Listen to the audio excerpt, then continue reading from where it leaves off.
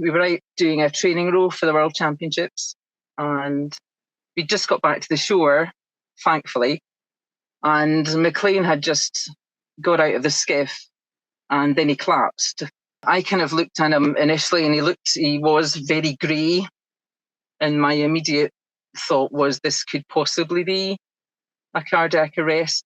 So we got him down and laid him flat on his back, but it was a kind of stony beach. So, and Lorna will know this because that was one of my concerns when I gave her a buzz after. I wasn't sure about whether or not I should have moved him slightly up the beach to get to the grass or to get onto the kind of concrete path where it was flatter. But I kind of realised quite quickly that it would maybe take too long to do that. So I just kind of decided just to kind of leave him.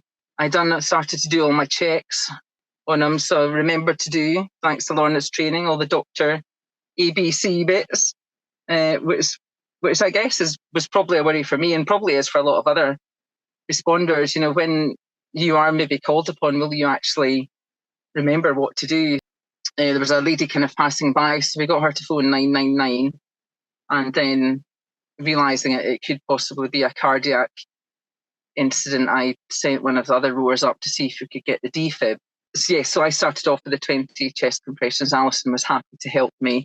So that's what we done for a good few minutes, and then I was kind of very aware that a few minutes had passed and the defib still hadn't arrived. So I then asked Ruth if she would go up and see if she could find out what the delay was. And of course, the defib on the GMI wall is locked. So I kind of had in the back of my head it was possibly an issue trying to get the code to unlock it. And we have the code in our rowing shed, which is directly next door. Anyway, the defib eventually arrived, and by this time there was quite a few people had kind of gathered, and there was lots of other people kind of talking and things as well. So it's really kind of difficult to hear.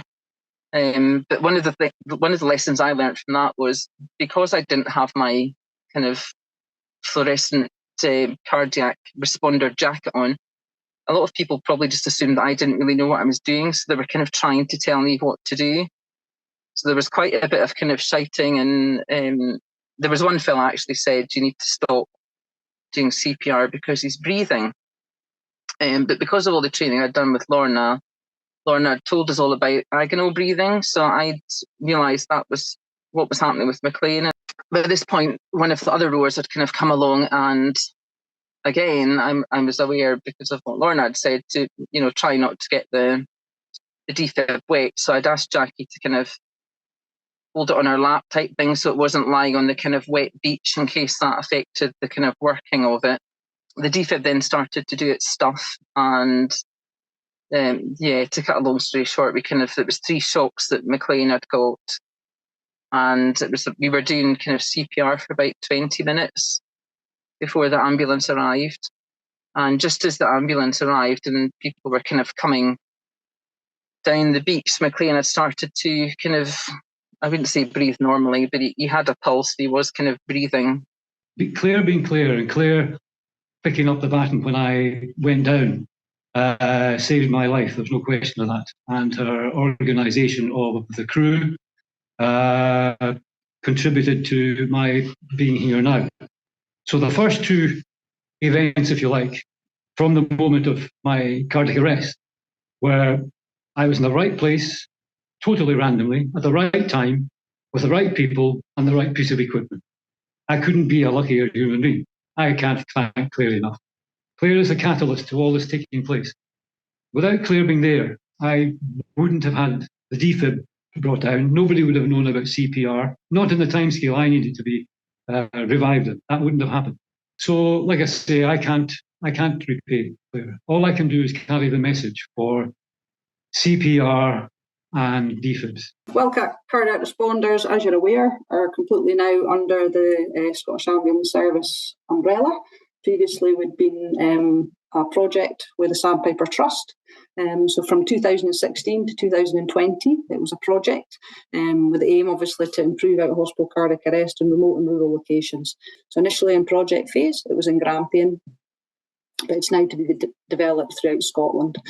Our remit is to go to primarily cardiac arrests. We have some other code sets, so things like seizure calls we'll go to as well, because as we know, prior to cardiac arrest there can be seizure-like activity, but it is predominantly cardiac arrest. Our volunteers are activated through the Good Sam app, but they're in a separate basket. We go to some very, very challenging calls, as Claire's just highlighted, and it's something that I talk a lot about in training with our volunteers, is they may well know the person that they're resuscitating, and that is immensely difficult. You have to overcome fear if you're fearful with CPR. You cannot allow that fear to prevent you from carrying on with the CPR to a level that's required to keep a person's brain oxygenated. And to do that, you have to break an odd bone, or an odd whatever bone you break, puncture a lung, whatever it takes, because if you don't do that, that person's dead anyway. Community awareness. If we don't have that, we can't make a nation of lifesavers, and we can't make a difference. There's not always going to be ambulances, of course there's not, but there might just be a Claire. And if there's a Claire, we can maybe save somebody's life.